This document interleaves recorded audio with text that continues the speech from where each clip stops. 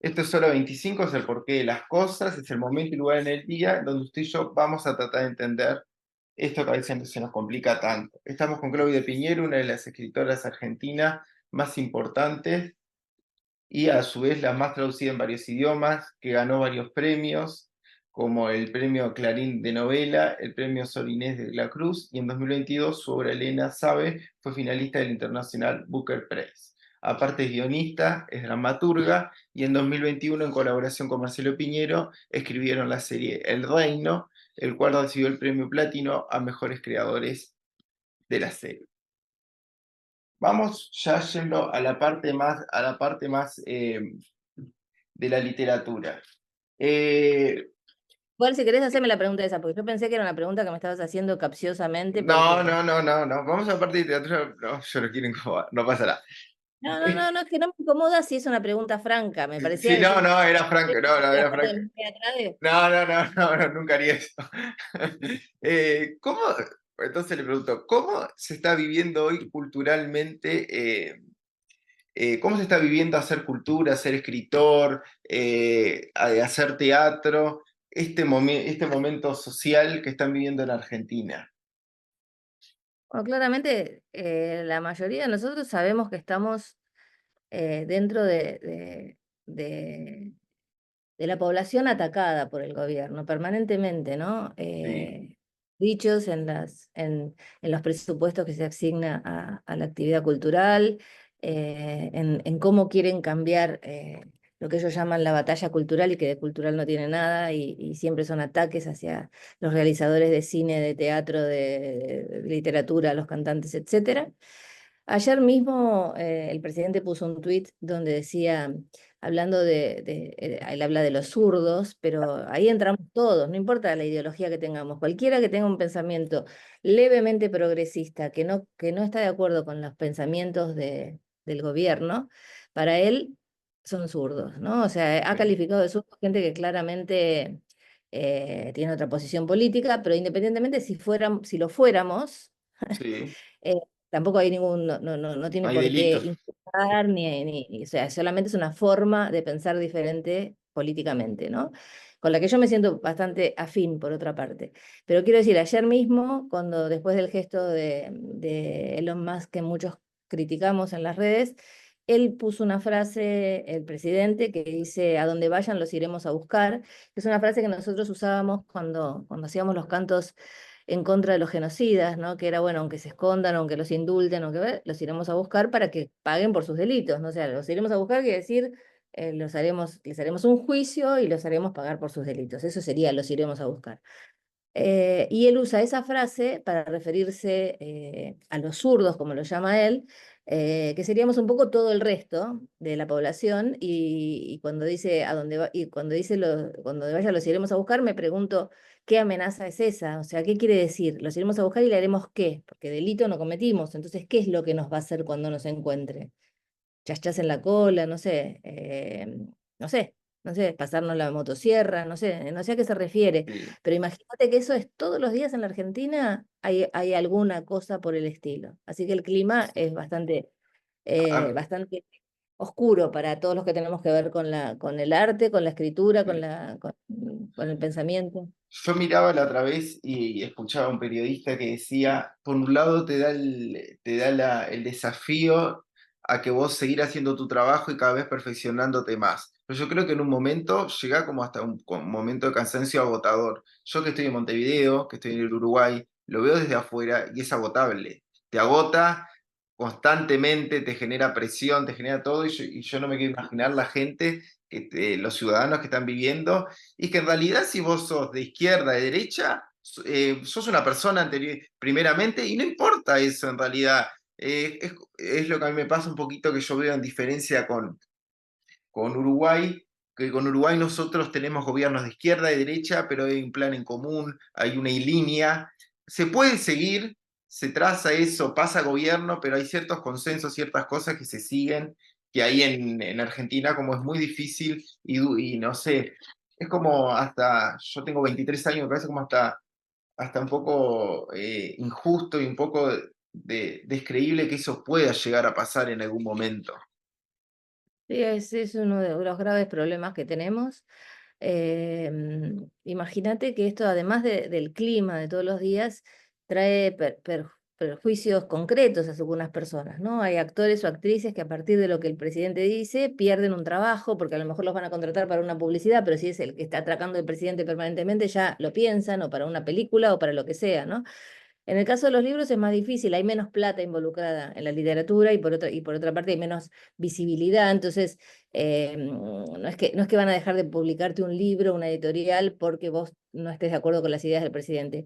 Pero en industria donde hay mucho más dinero, como puede ser la publicidad o el cine o las series, hay amigos, amigas que empezaron a sentir que hay cierto como prurito a la hora de contratarlos. Y eso lo genera esta campaña, ¿no? Lo genera esta campaña. Vamos a la parte más linda. ¿Qué sintió cuando escribió Escribí un silencio? ¿Qué sintió?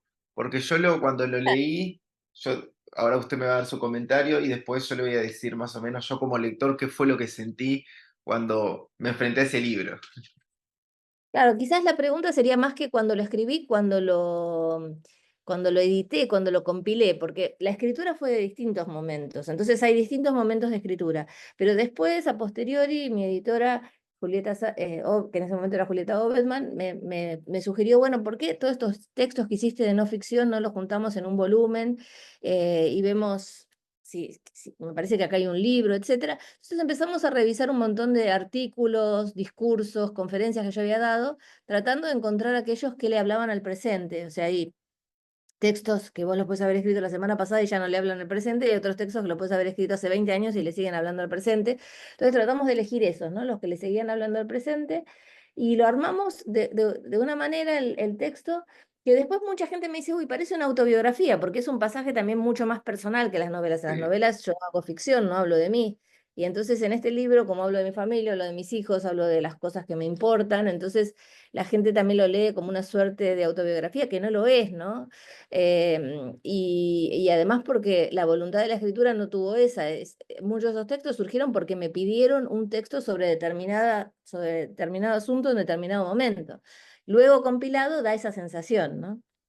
Sí, porque yo, por ejemplo, yo cuando terminé de leerlo, te genera como una elaboración de una identidad, te genera, como usted decía, una autobiografía, te genera como...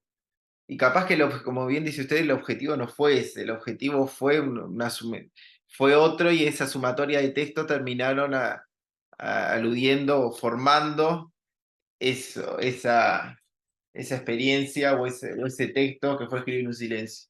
¿Qué siente cuando un lector se acerca y dice, la sigo a usted? O a mí me pasa, por ejemplo, que hay ciertos autores que por más de... Ni me voy a leer el prólogo. Leo la tapa y veo el nombre y me tiro directo a comprar el libro. ¿Qué siente con Bueno, eso? primero mucho agradecimiento, ¿no? Por la confianza, por una confianza que se va tramando a lo largo de una serie de libros en los cuales hay un encuentro entre esos lectores y lo que yo escribo, y hay como una conversación con ellos permanente. Y entonces que sigan confiando en que el próximo libro les va a interesar, eso lo primero que me genera es agradecimiento, ¿no? Y después la satisfacción de saber que tengo una historia para contar, que hay otras personas que les interesa que se las cuente, ¿no? Eh, y, y entonces, bueno, ahí se genera como lo que tiene que ver con la comunicación, porque la literatura también es una forma de comunicación, ¿no?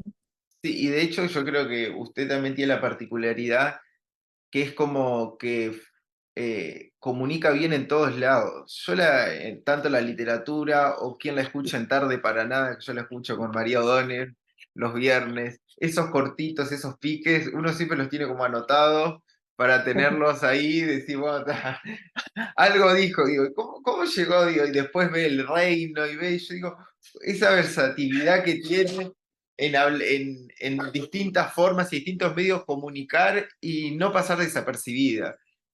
Es como, no sé, es maravilloso. O sea, Cómo también se vivirá eso? hay una cosa natural, ¿no? De la comunicación. sé que desde hace mucho que tengo cierta facilidad para comunicar porque me ha pasado en otros ámbitos de mi vida, ¿no? Que cuando Sí. hay que hablar en el colegio te dicen anda a hablar vos, que a vos te sale mejor o te escuchan más o lo que sea, o en trabajos en los cuales, ay, a mí me hubiera gustado decir lo que vos dijiste y no sabía cómo. Entonces hay algo natural también en el uso de la lengua, en la forma de elegir las palabras, en un montón de cosas que ya creo que viene con cada uno de nosotros. Vos estudiaste periodismo seguramente también porque te gusta comunicar. Entonces eso ya es ahí algo de lo innato, ¿no? Después uno trata de aprender con la experiencia, de aprender con la lectura, ¿no? Para Yo tengo, escribir no te cuesta que leer muchísimo. Ahora, para comunicar también lo que puedes hacer es ver cómo comunican otros que te gustan, ¿no? y sí, yo tengo una particularidad que igual yo no estudié periodismo, yo esto lo hago más de, como se dice, de careta. Yo estudio medicina, pero está, Ah, hubo una cierta de preguntas y de enigmas que llegaron y yo no sabía, digo, o lo resuelvo en el psicólogo o empiezo a preguntar y siempre esa inquietud de preguntar y ver a quién le preguntás y ver la fuente, que yo creo que es lo que al fin y al cabo te termina te termina que vos saques algo rico en cualquier charla, en lo que fuera. Hoy, por ejemplo, estuve con usted, allá estuve con Paula Vistarino sobre el Opus Dei, y yo siempre digo, y desde este lado del Uruguay, que no se habla, digo, no se le da tanta importancia, o al menos yo veo, nosotros tenemos una web, o esto es un proyecto chiquito, independiente, con una muchacha más, que ella escribe más sobre literatura y todo, y digo, y hay un montón de textos que son enriquecedores, que no se hablan, y uno no tenía, y uno no tiene visibilidad, uno no los conoce a ellos hasta que aparecen. Por ejemplo, a mí me pasó con Cometierras, yo no conocía Cometierras. Desde de repente cuando vi eso, me entré y lo entré a leer y yo dije, es fenomenal este libro, digo, ¿cómo no? ¿Cómo no se le da la publicidad? ¿Cómo no? ¿Entendés? Es como injusto, digo, y se le da la publicidad. Ay, es una literatura maravillosa que tienen y ese, que yo digo, yo siendo joven o las obras de teatro, todo, es como, la cultura enriquece, la cultura suma, la cultura te forma, la cultura marca en vos, vos vas a una obra de teatro y no entras siendo el mismo y ni te vas siendo el mismo, te marca algo, tiene sensaciones que también con un libro, y digo, y es tan favorable eso que cuando uno puede darse los gustos, por ejemplo, de entrevistarla a usted o lo que fuere, siguen alimentando esa construcción que uno sigue haciendo. ¿Cuál fue uno de sus libros que más les costó escribir?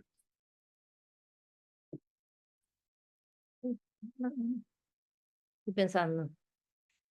Eh, Una suerte pequeña me costó, pero porque es un libro que habla sobre el dolor. Entonces no es que me costó desde la escritura, la técnica de la escritura, pero sí sobre los temas que tenía que abordar. Leí mucho sobre otros autores que habían abordado el dolor, como Marguerite Duras, ay, ¿cómo se llama el francés del adversario? Carrer, que tiene un libro que se llama Vidas Ajenas, que también trata sobre el dolor.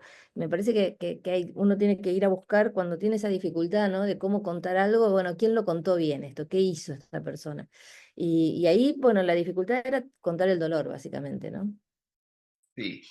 Eh, ¿Ha pasado, me imagino que sí, pero un libro que usted haya publicado o algo y diga, "Ah, esto lo podía haber resuelto de manera distinta, esto lo podría haber, no sé, o esperaba menos del libro y cuando el libro salió fue más de lo que usted esperaba"? Bueno, por ejemplo, Tuya, que es mi primer libro, que es un libro que leen muchísimo en los colegios y que sigue teniendo vigencia. Es un libro del 2005 y se sigue leyendo y es la precuela de lo que es El tiempo de las moscas, que es mi última Sí, novela. Y que ahora, bueno, va a haber una serie de Netflix que dentro de la serie hay un capítulo que incluye todo lo que pasa en Tuya, que es anterior. Bueno, ese libro es el primero que escribí. Y si yo lo leo hoy, para mí tiene cosas que yo hoy escribiría de otro modo. Por ejemplo, esa novela transcurre todo en la cabeza de Inés, que es la protagonista, y tiene algunos capítulos que son de diálogo de la hija con una amiga, que la voz de la amiga no se escucha, y tiene otros capítulos que son de documentación. Pero hay un capítulo, uno solo en el medio de la novela, que es una voz en tercera, que tiene que ver con la revelación, como la revelación es primero para el lector y después para la protagonista. Ese capítulo está en tercera. Yo pienso que quizás hoy, si lo escribiera, buscaría la forma de hacerlo de otra manera. Y también pienso que a lo mejor si busco la forma de hacerlo de otra manera, no sería tan efectivo como con ese pequeño error que tiene la novela. No es un error, pero es algo que es disruptivo, porque como le Sí, tengo que contar al lector lo que pasó, salgo de la primera y voy a la tercera. Te- Técnicamente no es lo mejor. Ahora, si hoy lo tengo que escribir, no me permitiría hacer eso después de tantas novelas, y a su vez, no sé si lo resolvería mejor al no permitirme hacer eso, ¿entendés? sí. Ahí ya que nombró el tiempo de las moscas. Yo le voy a dar mi opinión que tuve cuando lo leí y usted ahí me puede decir si está de acuerdo o no y ahí espero la de usted. A mí me pasó yo cuando leí El tiempo de las moscas, vi el personaje de Inés, vi todo, vi una cierta, que se generó una cierta sutileza en un texto que podría ser de alguna manera clásico por todo el ambiente que tiene, pero tiene a la misma vez tiene una actualidad en tocar ciertos temas como, no sé, como el feminismo, como el aborto, como el matrimonio igualitario, todo, que vos hoy en día lees, hoy en día lo lees y creo que si lo vas a leer a 5 años y lo vas a seguir leyendo, por más de lo que pasen, por más que sean contextos sociales, por más que lo que pasen, dejan una actualidad y dejan que esa novela siga siendo actual. ¿Qué le pasó a usted cuando escribió El tiempo de las moscas y si cree que es así o no? ¿O es una percepción equivocada que yo tuve a la hora de leerlo? Eh, la pregunta sería si es así como, perdóname, porque me distraje. Digo, si usted cree que el tiempo de las moscas de acá a 5 años va a seguir Ah, teniendo esa actualidad. bueno, es una novela muy contemporánea, entonces como es muy contemporánea, quizás no lo sé. De hecho, ya pasaron, es del 2023 o 20, 24, no me acuerdo. 20, 23. No, 23. 23, ¿no? Sí. Pasaron ya un año y pico, pienso que sigue siendo actual y además me parece que también toca temas que a lo mejor, teniendo en cuenta hacia dónde va el mundo, son más trascendentes aún, ¿no? Porque digamos, hoy el mundo está yendo hacia lugares donde todo eso que ahí se está discutiendo como un hecho, ¿no? Estamos discutiendo sobre lo trans, estamos discutiendo sobre el matrimonio igualitario, pero siempre pensando esto existe y esto cómo lo manejamos, no tratando de Sí. negarlo. Hoy el mundo va hacia la negación de las identidades de género y de muchas cuestiones que tienen que ver con estos temas, ¿no? Entonces, quizás eso que se plantea en el libro, que era muy contemporáneo, empieza a ser algo interesante también de analizar porque el mundo se va hacia otro lugar, ¿no? Y también para revisar hacia dónde queremos ir, si es que Exacto. queremos seguir ese punto de vista o no. Yo tengo algo que a mí me gusta de los artistas, que yo digo, por ejemplo, lo ve a usted y, por ejemplo, toca estos temas y uno lo lee, y yo se lo di a leer a tres personas distintas generaciones, entre comillas. Se lo di a una persona a leer tipo de 23 24 como yo, se lo di a leer a una persona cuarentona y una persona más sentada en edad para ver ese paralelismo y esa imagen que veía. Y ninguno se sintió incómodo al leer la novela por más que sean generaciones distintas. Y es lo que pasa, por ejemplo, con Maitena cuando hace sus tiras, o lo que pasa, por ejemplo, con Rada, con músicos. La cualidad y esa habilidad que tienen los artistas de tocar un montón de temas y generar molestias, pero al poder, pero no al ciudadano. El ciudadano que lo lee es como, pa, lo habló todo, por algo lo habló todo, pero no le genera ese fastidio y esa molestia que genera capaz que un artista el poder, esa herramienta de la comunicación, del poder de las palabras, lo que yo digo a través de lo que fuera un libro, lo que fuera, por ejemplo, una tira diaria, una tira como hace Maitena o una música que hace Rada. ¿Ustedes no creen que tienen un gran compromiso? Bueno, ojalá que sea así, ¿no? Ojalá que sea como vos decís, que podemos llegar transgeneracionalmente. A mí me pasa que cuando empecé con mis libros, en un momento empezaron a venir jóvenes que me decían, lo leí porque lo tenía mi mamá en la biblioteca, lo leí porque me lo recomendó mi mamá. Ahora ya me vienen que me dicen, lo leí porque sos la autora preferida de mi abuela. Entonces voy pasando, van pasando los años y voy sumando generaciones y años también voy sumando. Así que sí, creo que eso sucede y me parece que tiene que ver también con la composición de los personajes. En mis novelas hay personajes de distintas edades, entonces siempre hay algún adolescente donde un chico puede sentirse identificado. Muchos me escriben, por ejemplo, en catedrales diciendo que se sienten Mateo, que es un chico que no la pasó bien en esa familia. A mí me parece que esa composición coral de personajes hace que puede ser algo bastante más intergeneracional. No es que es algo a propósito para que lo sea. Quiero decir, cuando yo cuento el mundo es así. El mundo tiene gente diferente, el mundo tiene personas de distintas edades, de distinta orientación sexual, de distintas razas, de lo que sea. Entonces, cuando uno pinta el mundo que quiere pintar, bueno, esa gente está ahí. Si no, tendrías que seccionar y decir, a estos no los cuento, ¿no? Entonces me parece que por eso también hay una posibilidad de ver el mundo. También a mí me interesa mucho la actualidad, estoy siempre muy presente en las discusiones contemporáneas y entonces también eso se ve reflejado en las novelas, ¿no? Y sí, a mí me parece que hay un compromiso, pero bueno, cada artista o cada escritor lo asume como quiere y como puede. Hay escritores que no van a hablar de lo que está sucediendo. Hay escritores que lo van a hacer de una manera, hay escritores que lo van a hacer de otra. Yo respeto todo lo que hace cada uno y lo que no hace, porque bueno, hay que estar en el cuerpo de esas personas, ¿no? Pero cada vez hay menos que salen a discutir ciertas cosas y eso mm, es algo que a mí me da un poco de preocupación, por decirlo de alguna manera, ¿no? O sea, nosotros no es un chiste esto, ¿no? Pero decimos últimamente que la persona que más nos defiende es Mirta Legrand. Mirta Legrand lleva gente a su programa y les discute. Y los otros periodistas, viste, pasa a la gente, Sí, porque a los otros periodistas, o sea, al que le podría discutir, no le van los políticos, porque saben que a Mirta sí le van, pero aprovecha ese sí, momento y hace intervenciones.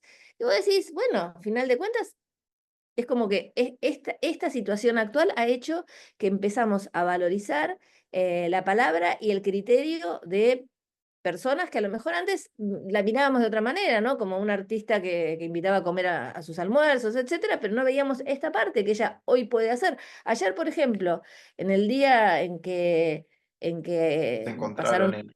en el mundo, Mirta Legrand fue a visitar en Mar del Plata centros que fueron centros de tortura, el Faro, que son Sí, lugares que quiere este gobierno desmantelar. Entonces, me parece un gesto importantísimo, porque ella sabe que le van a pegar del otro lado por eso, ¿no? O sea, y son gestos que no estamos viendo en todos los artistas ni en todos los sí, intelectuales. Entiendo que mucha gente tendrá miedo, entiendo que mucha gente estará cansada, entiendo que mucha gente no tiene más ganas de pelearse y que lo agredan sobre todo, ¿no? Porque las agresiones son tremendas, ¿no? O sea, todos nosotros hemos pasado por situaciones de muchísima agresión. Pero por otro lado decís, bueno, esta mujer tiene no sé cuántos años y sin embargo va, pone el cuerpo, hace esto. La verdad que es un ejemplo hoy. sí, y lo que pasó con cuando habló del Inca, cuando habló de las universidades, es un bastión que yo creo que también ella lo tiene ahí porque a ellos les cuesta también acercársele a Mirta, en el sentido de, ¿quién se le va a atrever?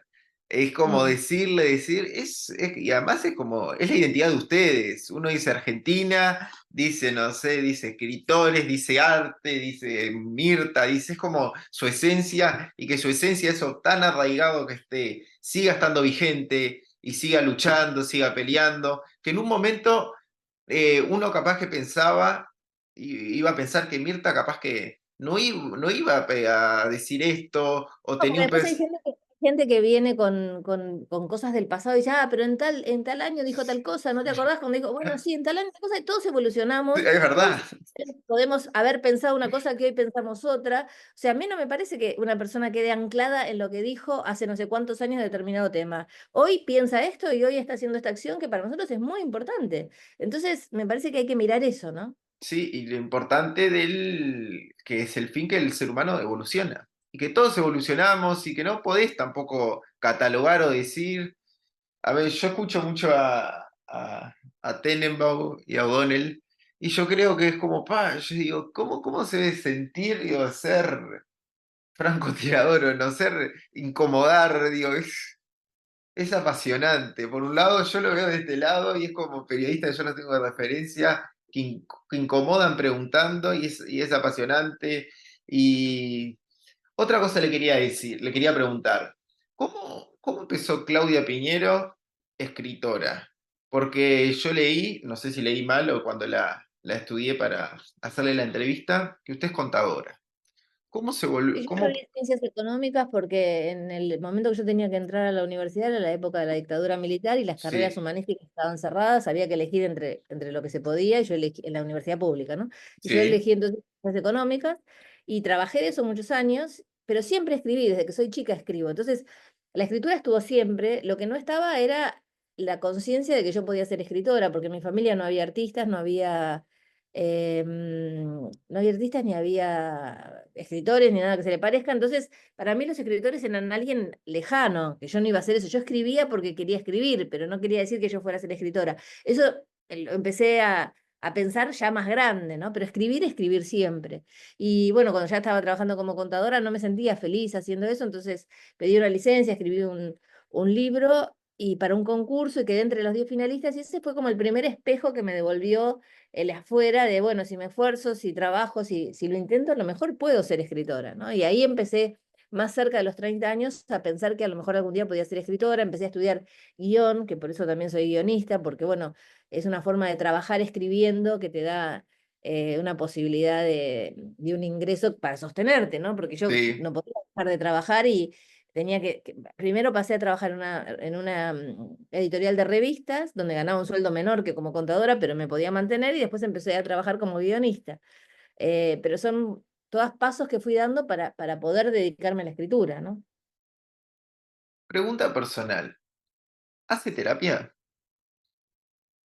Hice terapia muchísimos años, más de 30 años, y ahora cada tanto hago como un toque de terapia. No hago una terapia de ir Sí. todos los meses ni nada, pero cada tanto voy al analista, sí. Porque escribir es un poco terapéutico, ¿no? Porque yo le hacía esta pregunta porque, por ejemplo, Tenenbaum explicó que frente a lo que se vio venir y el que él no lo veía, él se encontró muy desorientado. Y los periodistas o hacen terapia, me dice, o salía a escribir. Y su postura como escritora, digo, es un poco terapéutico escribir o no. Pues, buscar proyectar, yo creo que hasta un poco eh, bueno a uno mismo de poner nombres a personajes, capaz que a vivencias que uno está viviendo o a lo que fuere, y no hacerlo tan Bueno, personal y yo creo que no, yo creo que no, yo creo que la terapia es la terapia y la escritura es la escritura, y me extraña Sí, que tenga eso porque él es psicólogo además, sí, entonces, pero quiero decir, a lo mejor terapéutico usando la palabra más livianamente, o sea, si vos sí, necesitas un psicólogo, necesitas ir al psicólogo y hacer análisis y hablar de tus cosas en otro contexto. A mí me ha pasado de dar talleres literarios que venga gente que dice, mi psicólogo me mandó un taller literario. Sí, bueno, vos podés expresarte, te ayuda a expresarte. Pero hacer literatura es otra cosa, la literatura no es una terapia, literatura a lo mejor es una necesidad. Yo digo que para mí es ontológico. Yo siento que no soy la misma persona si escribo que si no escribo, y creo que estoy más en mi eje cuando estoy escribiendo que cuando no estoy escribiendo. No podría ser la misma persona si no escribiera. Entonces, en ese sentido tiene mucho que ver con mi ser y con quién creo que soy. Ahora, yo pienso que una persona que tiene problemas que necesita ir a un psicólogo tiene que ir a un psicólogo. Además, si escribe, a lo mejor eso le sirve para sacar de alguna forma lo que tiene adentro. Yo cuento en Escribir un silencio que cuando empecé a ir a terapia yo no podía hablar y escribía y le leía lo que escribía. Entonces, a veces la escritura te permite sacar hacia afuera cosas que tenés adentro.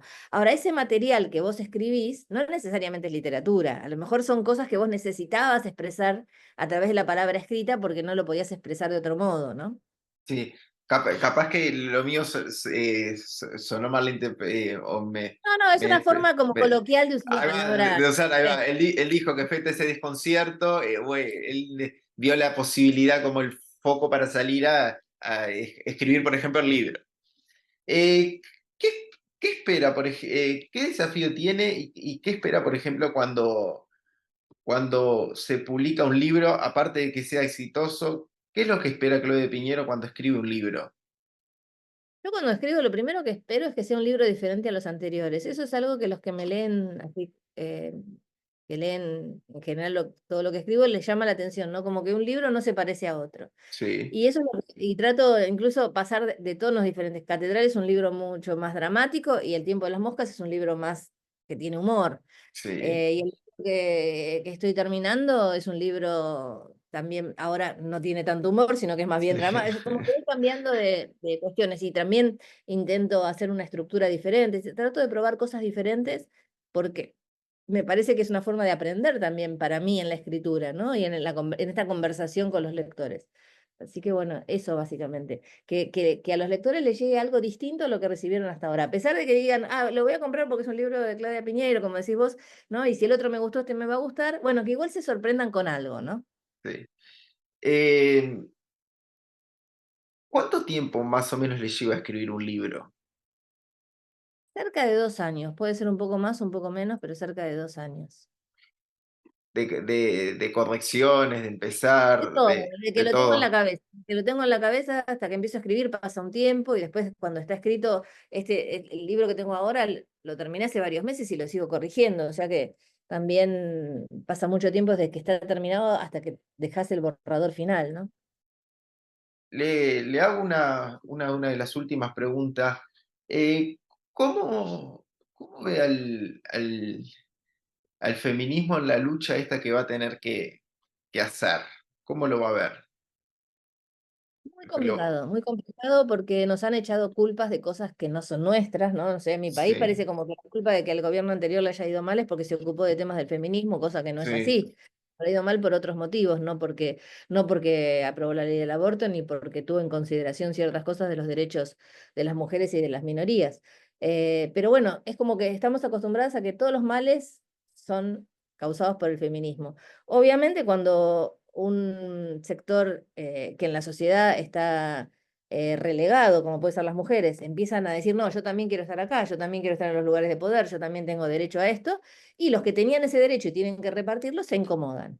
Entonces, son procesos naturales. Lo que nos había parecido es que la sociedad había evolucionado lo suficiente como para aceptar que, bueno, hay determinados derechos y logros que hemos conseguido que son absolutamente justos y que corresponden y que no les íbamos a perder. Y hoy incluso se están volviendo para atrás, ¿no? Se están cuestionando.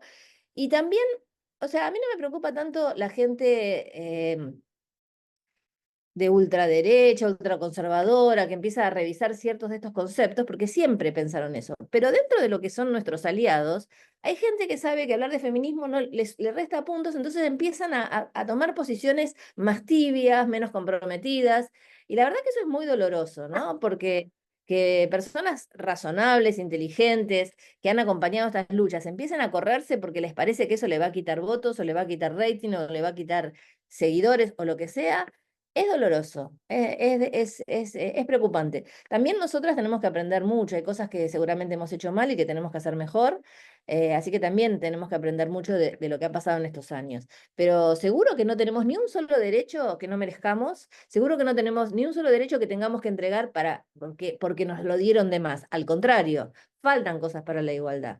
Y yo creo que también cuando se hace la cuestión cuando se cuestiona el feminismo, entonces también cuando se le pone cosas en contra a todo, no se es razonable que fue un proceso de nuevo, es como cuando se dice, no sé, cuando vos empezás una revolución.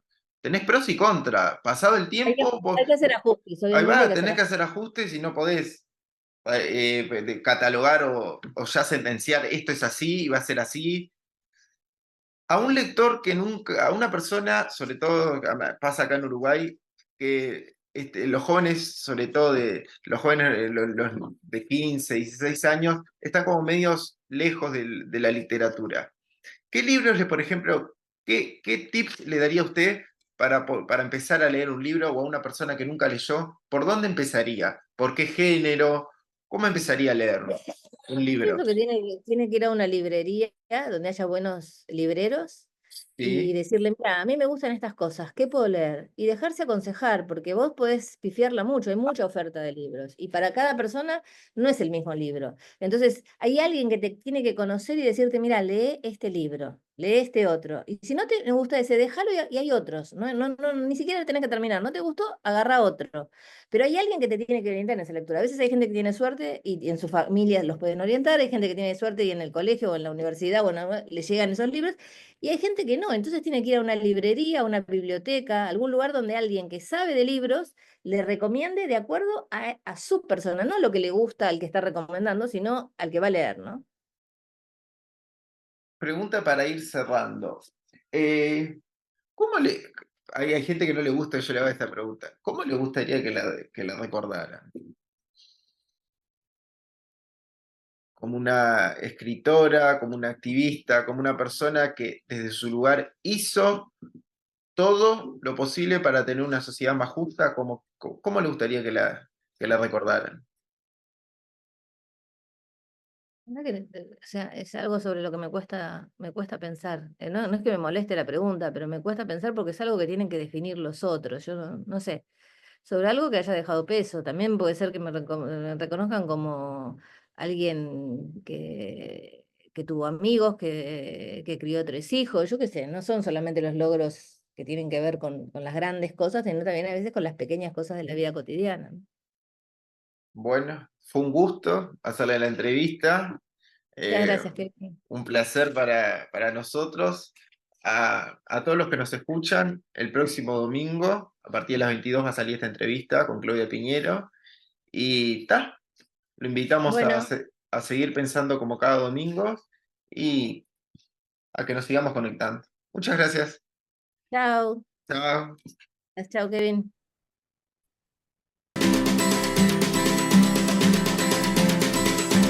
Salí al encuentro en todos tus misterios. Juro que el tiempo no me acompañó. El mar me hablaba más que tu mirada. La noche oscura te ha partido en dos.